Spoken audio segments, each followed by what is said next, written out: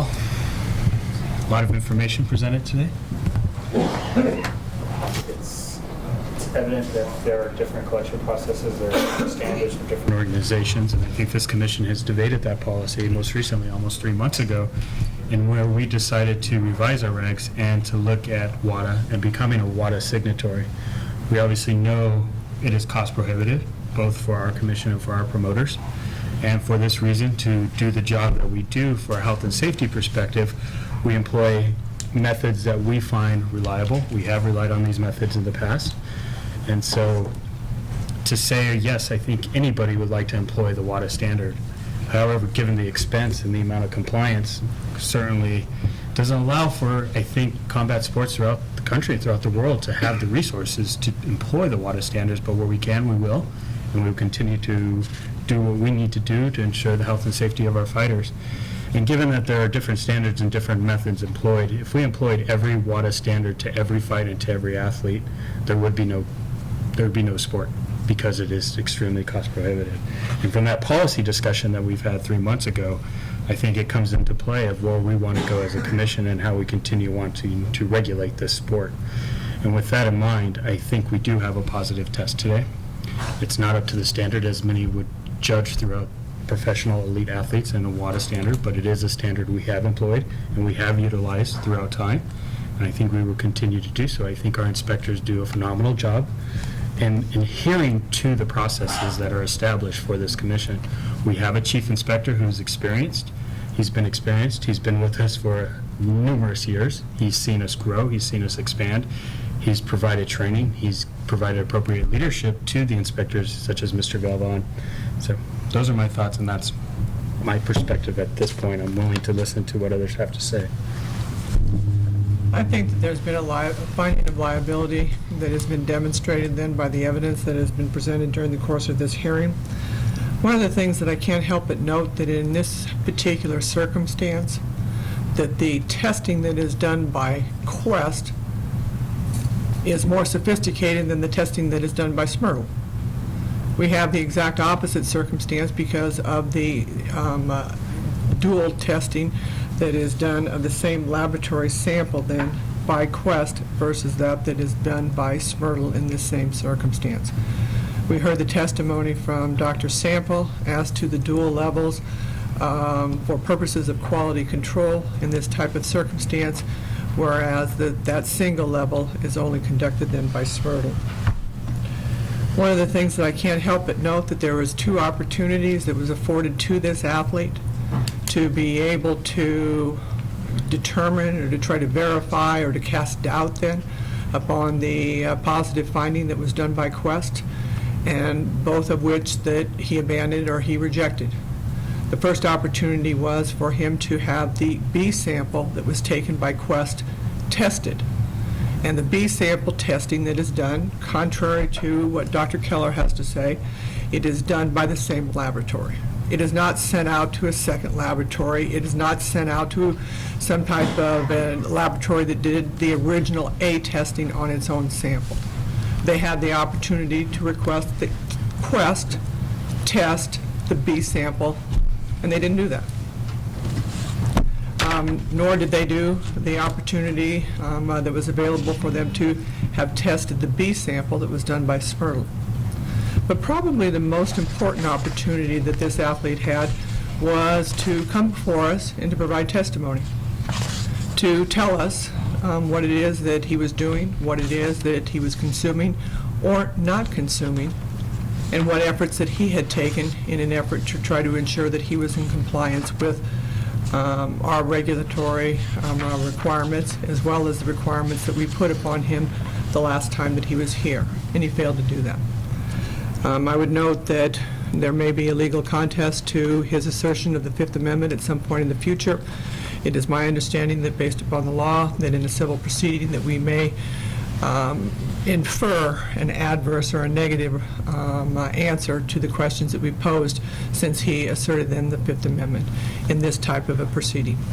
And so to the extent that we may infer then from the questions that we posed to him that everything from the fact that he was consuming marijuana between the time that the fight was announced and when he was attempting then to provide samples, between the time frame then that when he did provide a sample on the 28th, along with his application, to the time that he fought on the 31st. And therefore, based upon those two opportunities that he abandoned, that I think lends further support then to the finding that was made by Quest. As to the second allegation that has been made to him, and it's the falsification of the information contained on the pre-fight medical questionnaire. One of the things I can't help but know is that Mr. Diaz is very familiar with that pre-fight medical questionnaire. It's the same questionnaire that he claimed that he didn't understand the last time he was before us in 2010. And in essence, his answer that was found in the amended complaint now says he didn't understand it again. It strikes me as unbelievable and lacking in credibility that an athlete who was grilled on this the first time around, and I believe actually, it was actually the second time around that he was grilled. I don't know, I haven't read the transcript from the first time that he was here, but he doesn't understand the questions that were being asked of him. The second point that I'd like to make concerning what leads to, I think, a finding of liability on the second point, and that is the falsification of the information on the pre-fight medical questionnaire. Marijuana is prohibited in competition. That means that 30 days before, if he had consumed it, it could be ingested and not be prohibited. And therefore, the answer to this question, if he was consuming it, could have been yes, and been truthful.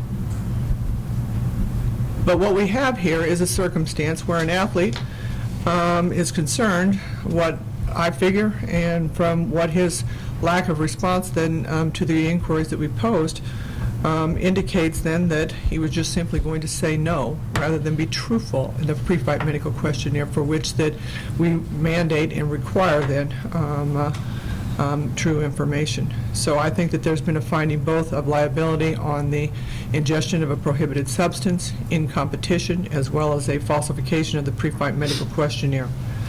I've got some ideas regarding proposed penalty, but I think that a liability has been found at this point in time.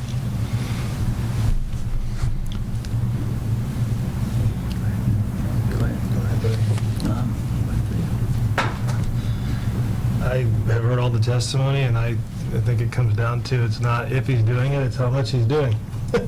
And that's really the bottom line. And as an athlete who's been here a couple times before on the same issue, I would hope and expect that the athlete would take every precaution to make sure that it was zero, so they wouldn't be finding themselves in this position, especially since they've been here once or twice before on the same exact issue. So to me, it's not if, I guess it's how much. And in my limited time here on the commission, the Quest diagnostic test has been pretty much the commission standard from day one, unless we're in an enhanced and testing environment.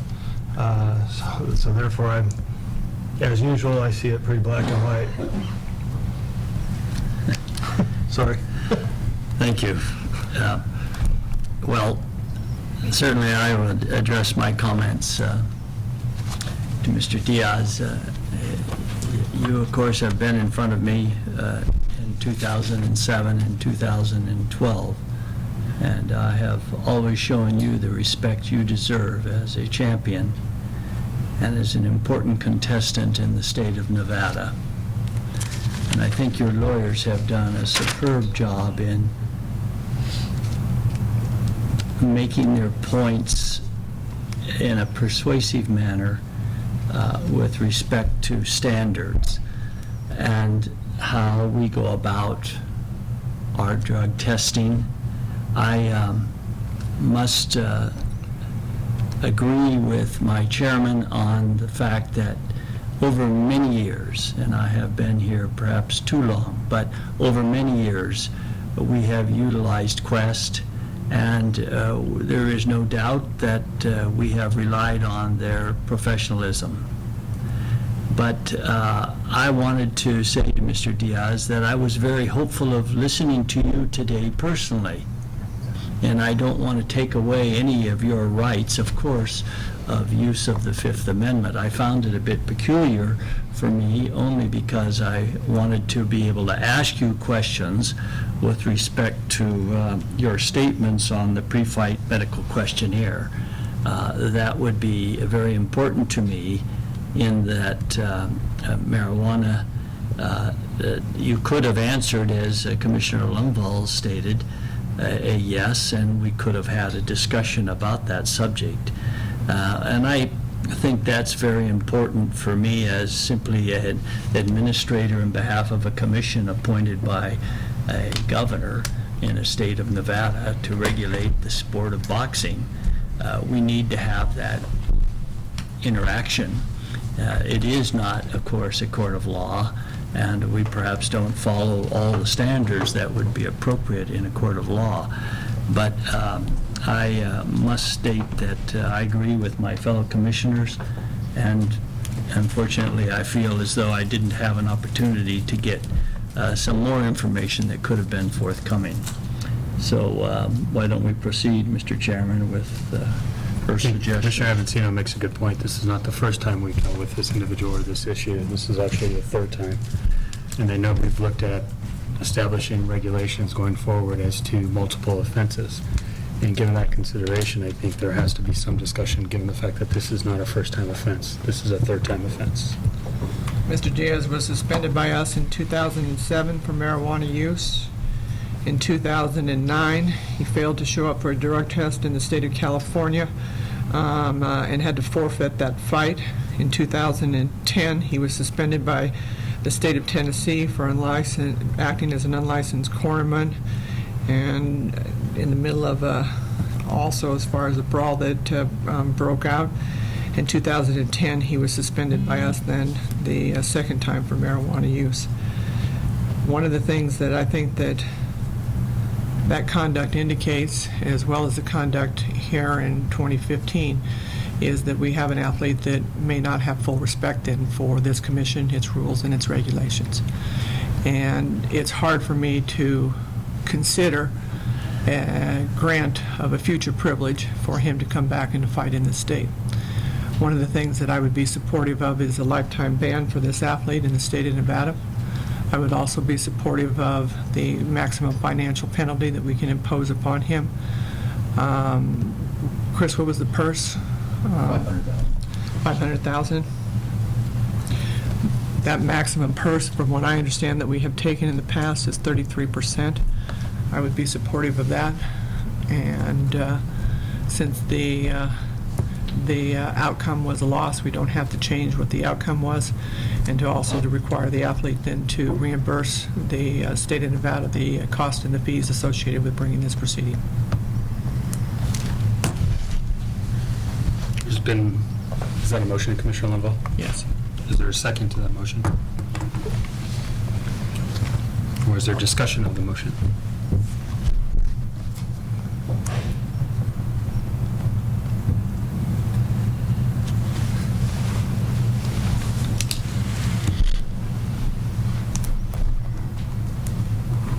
Could you repeat the motion once again, Commissioner Lundvall, please?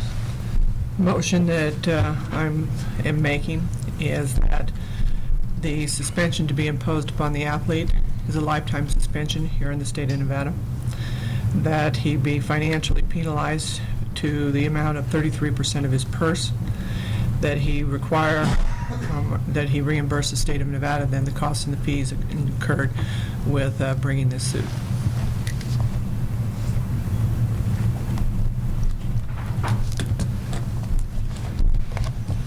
And we would consider the lifetime ban as a result of, could we discuss that Sure. amongst us a bit? Is that as a result then of the multiple violations in the state of Nevada and our findings of use of the drug of marijuana during that period for those two incidents? And That is, as far as my thought process associated with making that recommendation, is that we had an athlete that came before us in 2007, and he promised, I'm not going to do this ever again. and that we saw him again in 2012, and that we know that he failed to show for a drug test then in 2009. We're now in 2015, and it doesn't appear that any of these proceedings have had an impact upon the athlete.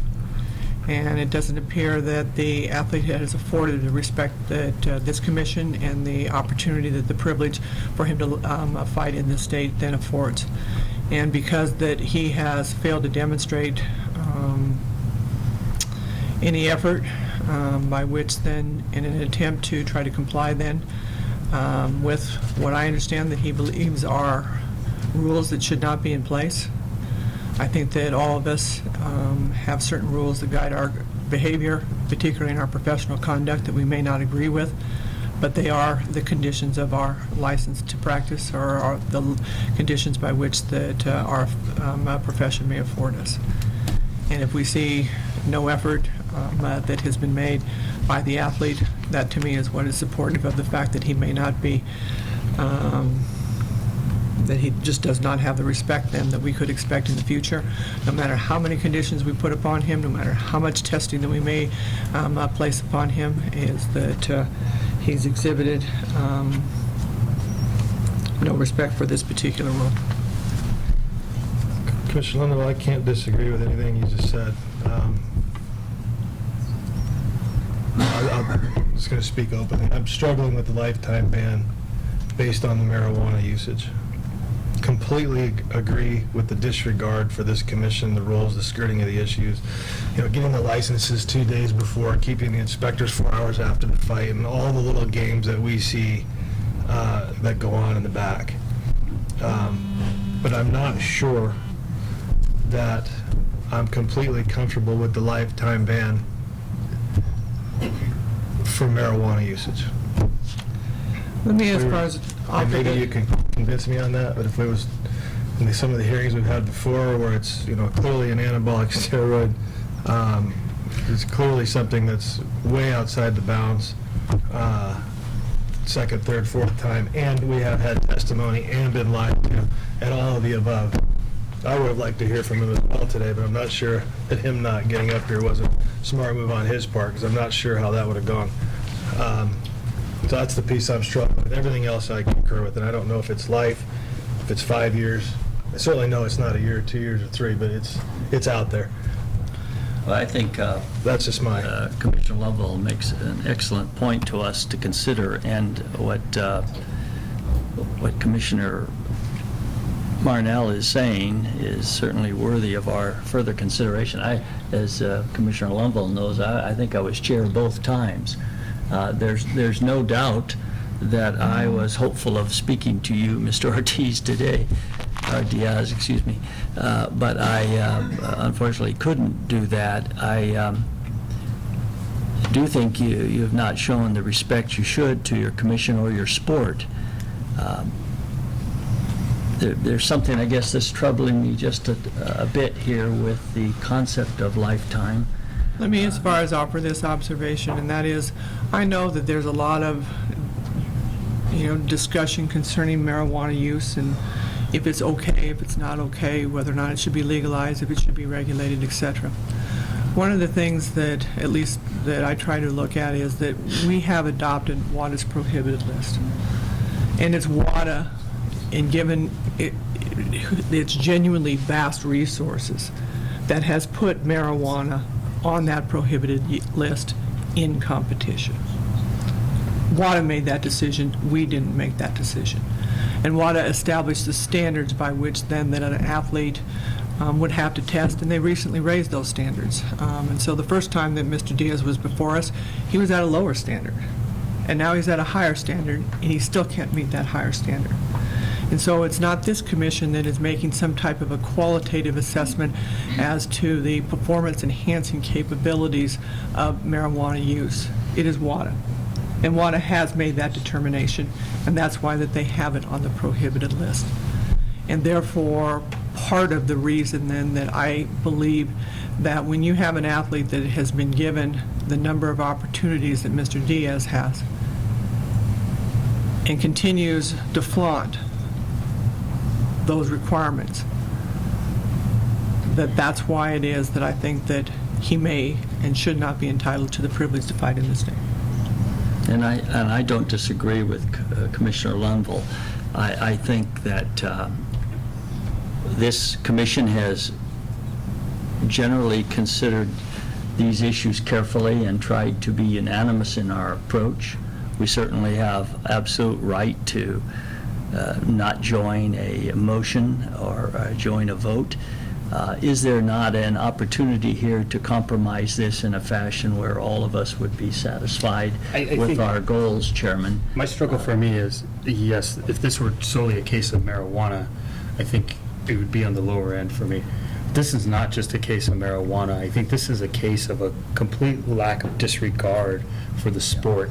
And it's not just the positive test or the lack of disclosure on the pre-medical questionnaire. It was the licensing process that this commission had to go through in order to get him to fight or allow him to fight on January 31st. That was a complete, absolute disregard for this commission. And we may not have any standing, but I think this is just not an issue of marijuana. But this is an issue of marijuana, lack of being forthright. It's a lack of cooperating to make the sport better. It's a lack of disregard for the rules, which I think hurts the other athletes just as much as it, look, I don't have any ego on this commission. Maybe some think I do, but I don't. And it's just, we got to do what our job is to do as a regulator. And this is just not solely a case of marijuana. So my instinct is to lean on the harsher side and on the lighter side. Harsher as to lifetime? Yeah, you know, I don't think it's any less than 5 years. Well, 5 years is a lifetime for him. And that's, I know we've had that policy discussion, Yeah. is if we do, I mean, are we accomplishing the same thing by the number of years versus a, Commissioner Lundvall? If in fact that we pursue, 5 years may be a lifetime for this athlete.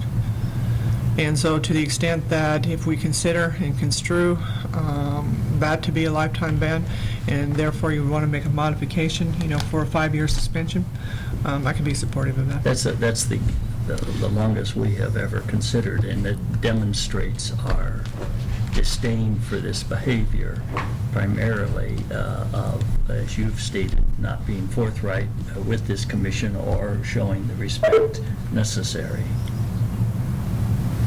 I would support that motion. I would too. okay. Let me modify the motion then, is that we would... So let me just ask a clarifying sorry. question. If we do suspend an individual for a 5-year period of time, does that include the right to attend events in the state of Nevada? According to the regulations, when he's under suspension, there are rules. He can attend, but he can't get within a certain amount of footage from the ring, or he can't go in the back of house. He can't, So there'll be definitely restrictions. In other words, he could not, it's my understanding that he's not supposed to be within certain parameters so that it appears to have an influence then upon what may be going on then in the octagon or within the ring. That's correct. Okay. It'll be 6 rows from Okay. the cage. So from this perspective, if we make a modification to the suspension, make a motion for then a 5-year suspension of this athlete, 33% of the purse, which was $500,000. Is that correct, Mr. Eccles? Yes. And that he be required to reimburse this commission the fees and costs associated with this proceeding. I'd second that motion. There's been a motion by Commissioner Lundvall and a second by Commissioner Marnell. All those in favor of the motion, please say aye. Aye. All those opposed, please say nay. Motion passes unanimously.